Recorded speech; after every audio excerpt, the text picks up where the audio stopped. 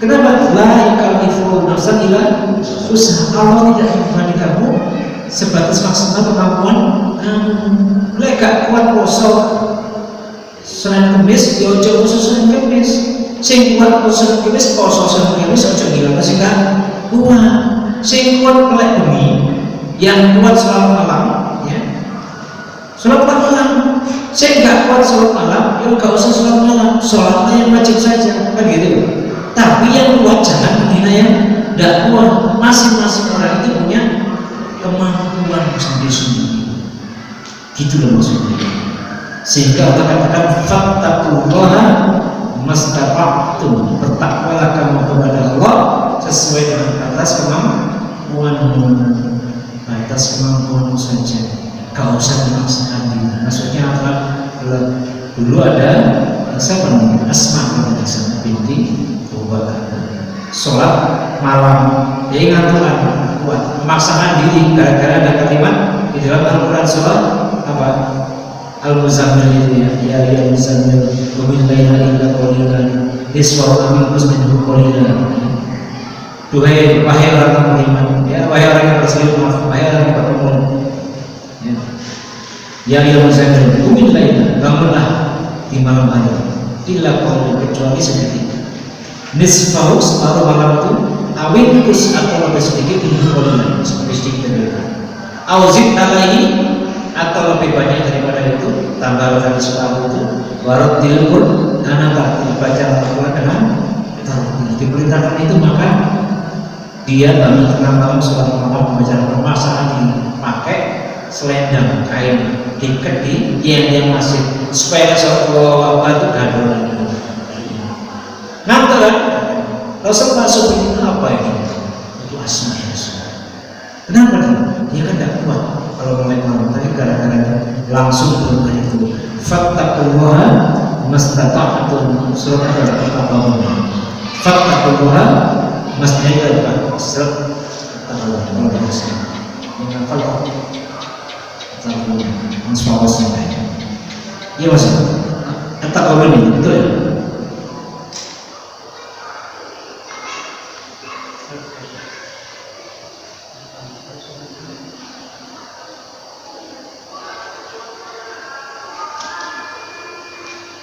Ya, At-Tabarun ayat yang ke-16.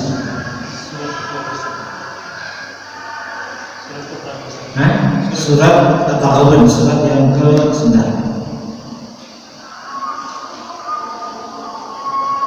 Surat yang ke-64.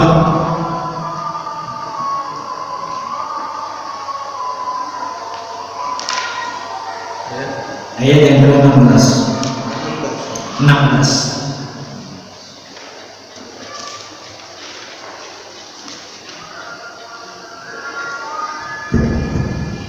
Maka bertakwalah kamu kepada Allah menurut kesanggupanmu, dan dengarlah serta taatlah, dan infakkanlah harta yang baik untuk dirimu, dan barang siapa dijaga dirinya dari kepikiran, mereka itulah orang-orang yang beruntung. Ya, Allah berfirman, fattaqullaha mastata'tum, bertakwalah engkau kepada Allah ma istata'tum, apa yang kalian sanggup. La yukallifu nafsan illa usaha, maknanya itu fattaqullaha mastata'tum. Kemudian wasma'u wa'ati'u, maka dengarkanlah dan taatilah. Itu saja yang diminta Allah itu. Dengarkan dan jangan membantah, jangan ngeyel. Tidak diperintahkan, lakukan sebatas maksimal kemampuan kamu. Gitu maksudnya itu. Wa'ati maksudnya taati. Dengarkan perintahnya, larangan, dan taatilah. Ya, itu yang diminta, bukan yang lain. Aku sanggup bisa ini, aku sanggup. Tapi sudah berusaha itu Pak ya. Nek berusaha jauh suka sanggup aku. Sudah bisa. Nek gak sanggup baru kali jalan begitu. Ya. Hingga ada sebagian sahabat itu ada yang kuat sholat malam, ada yang tidak kuat. Ada yang kemudian kuat puasa, ada yang kuat puasa. Macam-macam. Di antara mereka itu berbeda-beda. Sehingga kemudian pintu surga itu pun bermacam-macam. Ada yang pintu surga khusus bagi ahli sholat, ada pintu khusus bagi ahli sedekah, ada yang bagi ahli puasa, dan seterusnya. Nah, disinilah kemudian ditanya, mestinya kita lebih berintrospeksi diri terhadap amalan kita, tidak perlu melihat amalan orang lain, karena setiap orang akan dibalas sesuai dengan amalnya, dan kita tidak perlu memamerkan amalan kita di waktu kita kosong. Jadi isu-isu Senin pun BHP, ya kan? Ayo ingatkan, ayo puasa kan gitu ya. Itu menunjukkan dia sedang puasa, sahur, karena sedang sahur kan. Tidak perlu gitu, ya, tidak perlu. Atau yang sholat malam jam 2 ya, bangun sholat malam, sama sih kan buka WA malam-malam itu. Coba kalau kita pikir, sama sih kan buka WA, dan lagian mau sholat malam sih sempat-sempatnya ngetik status, ya enggak? Sempat-sempatnya buka status gini, Facebook, Twitter, ayo sholat malam. Siapa sih katanya mau coba gini jam 2 gitu. Kalau dia mau sholat, rahasia sholat malam itu rahasia antara abdi dan Khalik, sudah selesai. Rahasia itu jangan tunjukkan kepada orang lain gitu. Kalian ketahui isu ngantuk gitu. Sholat subuh duduk di masjid Taklim karena malam kan itu ngantuk. Nih, begini sholat terus nih, makanya isu nanti kan itu misalnya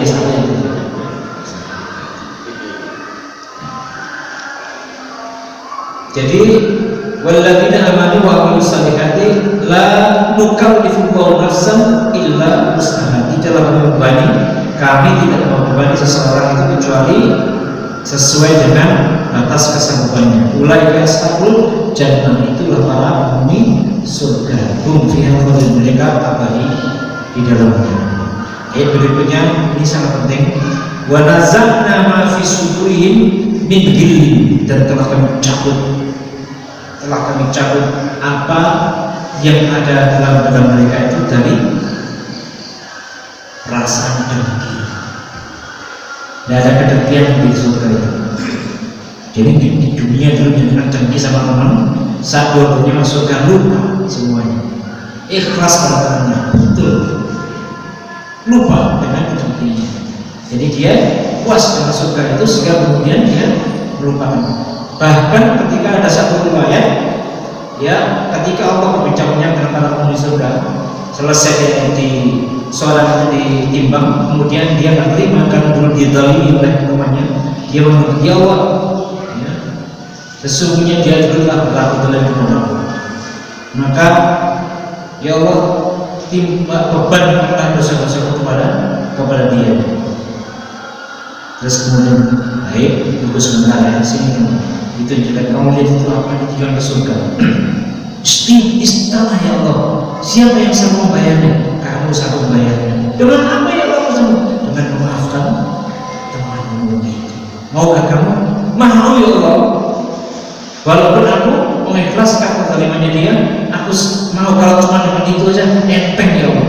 Enteng bagi dia memaafkan temannya kok dapat istana di surga. Kalau begitu, gandeng tangan-tangan tadi itu, ajaklah kalian berdua ke dalam surga. Kenapa?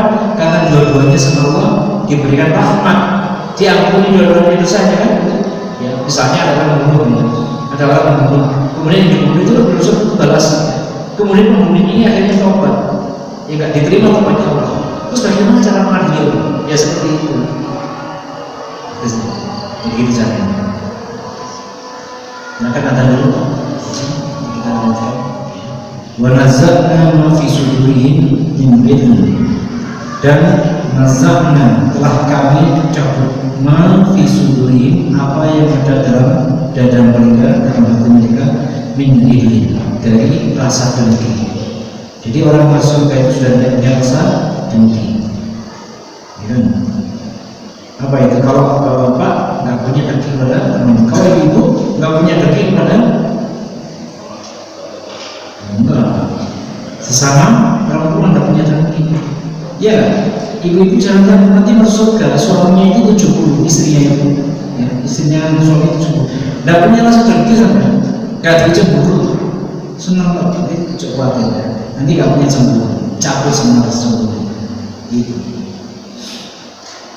Minta tiap anhar, kita jadi minta tiap anhar di bawahnya mengalir semua. Alhamdulillahilladzi hadana li hada. Dan mereka para penghuni surga itu berkata, ya, segala puji bagi Allah yang telah memberikan petunjuk kepada kami terhadap ini. Ini itu apa? Surga itu. Wa ma kunna linahtadiya laula an hadana Allah. Tentulah jika kami tidak mendapat petunjuk, maka kami jika tidak bahwa maafnya wa ma kunna linahtadiya laula an hadana Allah. Tentu kami tidak akan berarti jika Allah tidak memberikan petunjuk kepada kami. Nah, sarana petunjuk itu dapat dari mana? Laqad ja'at rusul rabbina bil haqq. Petunjuk itu dibawa oleh datangnya para rasul, ya, dengan membawa kebenaran. Jadi petunjuk itu berasal dari Allah, kemudian dititipkan kepada para rasul. Dengan mengikuti rasul itu artinya kita telah mengikuti petunjuk Allah. Wa nudu antil jannah, dan diserukan kepada mereka itu semuanya surga yang diwariskan tulis turuha bima kuntum ta'malun, yang diwariskan kepadamu atas apa yang telah kalian perbuat dahulu di dunia. Artinya di dunia dia termasuk orang yang beramal sesuai dengan yang digariskan oleh Allah dan Rasulnya dan apa yang diridhoi oleh Allah. Jadi beramal soleh itu jangan cuma kelihatan tok.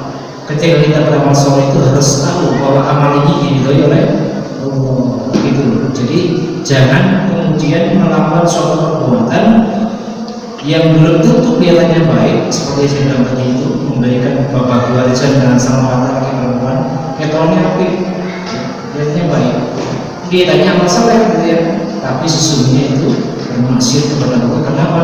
Karena dia menyelisih perintah kelihatannya. Maka semua amal soleh itu adalah segala sesuatu yang sesuai dengan syariat. Misalnya dengan mendatangi atau menerima undangan orang non muslim berpesta, melaksanakan apa mereka itu acara agamanya, kelihatannya baik kan? Tepos di hobius dan rasanya kelihatannya baik, tetapi itu dimurkai oleh Allah. Maka yang baik menurut kamu belum tentu baik menurut Allah, tetapi yang baik menurut Allah itu pasti baik buat kalian.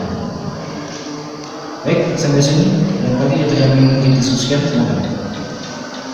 Assalamualaikum warahmatullahi wabarakatuh. Assalamualaikum warahmatullahi wabarakatuh. Tentang tadi masalah yang disampaikan adalah tentang melakukan suatu ibadah sesuai dengan kekuatan masing-masing. Baik.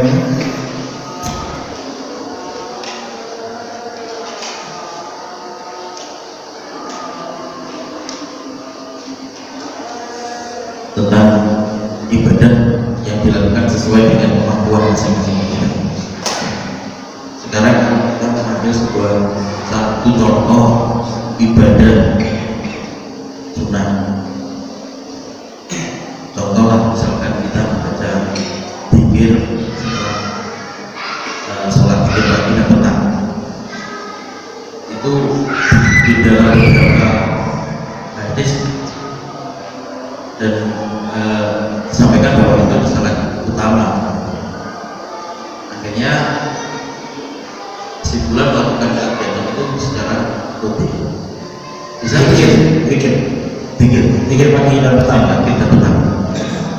Seperti contohnya lagi baca Al-Quran setelah sholat, misalkan ke subuh atau baca asar atau zuhur. Tapi itu diistiqomahkan ya, karena Allah mensukai sesuatu yang istiqomah. Pertanyaannya, ada sebuah fenomena dari masyarakat menganggap bahwa itu bukan wajib. yang jangan itu udah bukan wajib kok. Karena kalau kamu lakukan terus itu jadinya wajib. Saya pernah mendapatkan satu apa ya istilahnya, ya bukan menegur tapi dia punya argumentasi seperti itu. Nah ini bagaimana? Ada itu kan merupakan satu keutamaan juga dalam sebuah amalan. Terima kasih. Ya, melanggengkan melazimkan sebuah perkara sunnah itu baik sesuai selama apa yang digariskan itu pernah atau diserukan disunnahkan oleh Rasul Sallallahu Alaihi Wasallam. Misalnya orang yang bersedekah terus-menerus Rp1.000 tiap pagi subuh terus-menerus langgeng, boleh nggak? Ada aturan.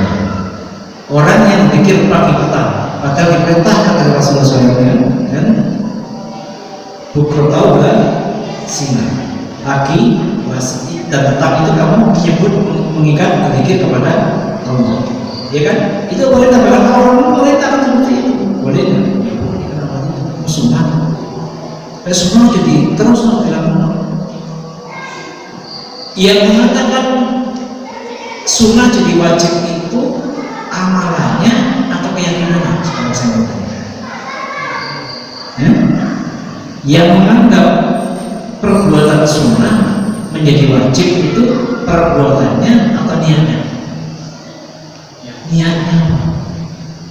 Kalau dikatakan itu adalah amalan sunnah yang diperintahkan bahkan disukai oleh Allah, maka lakukan sebatas maksimal kemampuan yang mampu berdiri dia tak mau. Maka kan begitu ya. Itu ada tuntunannya, ada perintahnya bahkan oleh Allah SWT diperintahkan secara langsung. Ya. Terus kemudian nanti kalau terus jadi wajib, siapa bilang? Bisa sholat sunnah rawatib itu terus kalau misalnya dengan sholat sunnah qobliyah fajar, sholat sunnah fajar terus kayak terus langkah, bahkan kalau lupa boleh diganti namanya kan gitu. Boleh kan? Misalnya saya kebiasaan sholat sunnah fajar kan gitu ya, terus lupa kesiangan terus langsung sholat subuhan di jamaah. Boleh nggak kemudian saya mengganti setelah sholat subuh? Boleh kan? Kalau subuh karena disunahkan itu. Lantas apakah itu wajib? Enggak juga, tetap sunnah. Niatnya sunnah kok. Kalau dilafalkan gimana? Niatnya gimana kalau sholat sunnah? Misalnya sholat sunnah fajar. Ulisoli sunnah fajar kan begitu. Niatnya lah yang membuktikan antara sunnah dan wajib. Kalau sholat fajarnya, sholat subuhnya gimana niatnya? Usolli fardhu subhi. Tapi kalau sunnahnya gimana? Usolli sunnah niatnya sunnah. Nah, yang wajib yang membedakan antara sunnah dan wajib adalah niat. Boleh nggak melakukan sunnah? Selamanya boleh, bagus banget. Bahkan Rasul Allah SWT dalam hadis qudsi mengatakan bahwa orang yang mendawamkan ibadah sunnah itu akan menjadi kecintaan Allah. Dan kalau Allah sudah mencintai dia, maka Allah jadikan dia walinya. Dia mendengar dengan mendengar Allah, dia melihat dengan mata Allah, dia melakukan amalan dengan tangan Allah, dia berjalan dengan kaki Allah. Minta sesuatu Allah berikan, dia minta perlindungan dilindungi dulu. Jadi kalau ada yang mengatakan itu siapa yang dalilnya mana? Dalilnya mana? Nah, jadi yang membedakan antara sunnah wajib itu bukan amalannya, ya, niatnya. Kalau perintahnya sudah ada, ini sunnah, ini wajib, kita sudah tahu kan? Maka kita ketika ibadah sunnah, maka niatnya adalah ibadah sunnah, enggak pernah jadi wajib. Masa kita mau mengatakan wajib? Maka mungkin kan? Begitu.